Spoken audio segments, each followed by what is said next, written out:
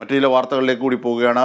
കേരള തീരത്ത് ഉയർന്ന തിരമാലയും കടലാക്രമണവും ഇന്നും തുടരുമെന്നാണ് സംസ്ഥാന ദുരന്ത നിവാരണ അതോറിറ്റിയുടെ മുന്നറിയിപ്പ്. തീരദേശവാസികൾക്ക് മാറി താമസിക്കുവാൻ ജില്ലയിൽ ക്യാമ്പുകൾ തുറന്നിട്ടുണ്ട്.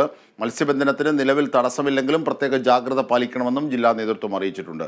മുതലപ്പുഴയിൽ വള്ളം മറിഞ്ഞു, 5 തൊഴിലാളികളെ രക്ഷപ്പെടുത്തി. ഇതിൻ്റെ വിവരങ്ങളുമായി വിഷ്ണു ചേരുന്നു. വിഷ്ണു, എങ്ങനെയാണ് തിരുവനന്തപുരം ജില്ലയിലെ കടലാക്രമണത്തിൻ്റെ ഏറ്റവും പുതിയ ദൃശ്യങ്ങൾ?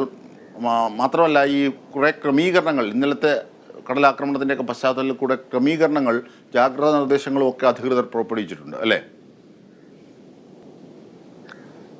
അജിംഷാദ്, അത്തരത്തിലുള്ള വലിയ ക്രമീകരണങ്ങളാണ് ഇപ്പോൾ തയ്യാറാക്കിയിരിക്കുന്നത്. ഉയർന്ന തിരമാല ജാഗ്രതാ നിർദ്ദേശം പുറപ്പെടുവിച്ചിട്ടുണ്ട്. ഏതായാലും 1.5 മീറ്ററോളം ഉയരത്തിലുള്ള തിരമാല ഇനിയും ഉണ്ടാകുമെന്ന് തന്നെയാണ് അറിയിച്ചിരിക്കുന്നത്. എന്നാൽ ആഴക്കടലിലെ മത്സ്യബന്ധനത്തിന് നിരോധനം ഏർപ്പെടുത്തിയിട്ടില്ല. പക്ഷേ തിരമാലകൾ ഉയരുന്നതിനാൽ തന്നെ കരയിൽ കെട്ടിയിട്ടിരിക്കുന്ന വള്ളത്തിനും മറ്റു വസ്തുക്കൾക്കും ഒക്കെ കേടുപാടുകൾ സംഭവിക്കാനുള്ള സാധ്യതയുണ്ട്. അതുമായി ബന്ധപ്പെട്ട ജാഗ്രതാ നിർദ്ദേശം നൽകിയിട്ടുണ്ട്.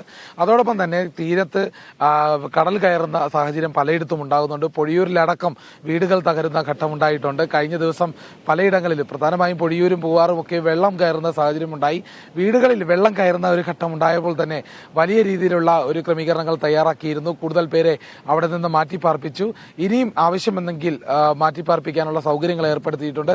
ഏതായാലും വിനോദസഞ്ചാര മേഖലയായതുകൊണ്ട് തന്നെ പല തീരപ്രദേശങ്ങളിലും ഇപ്പോൾ വിനോദസഞ്ചാരം വിലക്ക് ഏർപ്പെടുത്തിയിരിക്കുകയാണ്. ജില്ലാ നേതൃത്വം നേരത്തെ തന്നെ അതുമായി ബന്ധപ്പെട്ട വിവരങ്ങൾ പുറത്തുവിട്ടിട്ടുണ്ട്.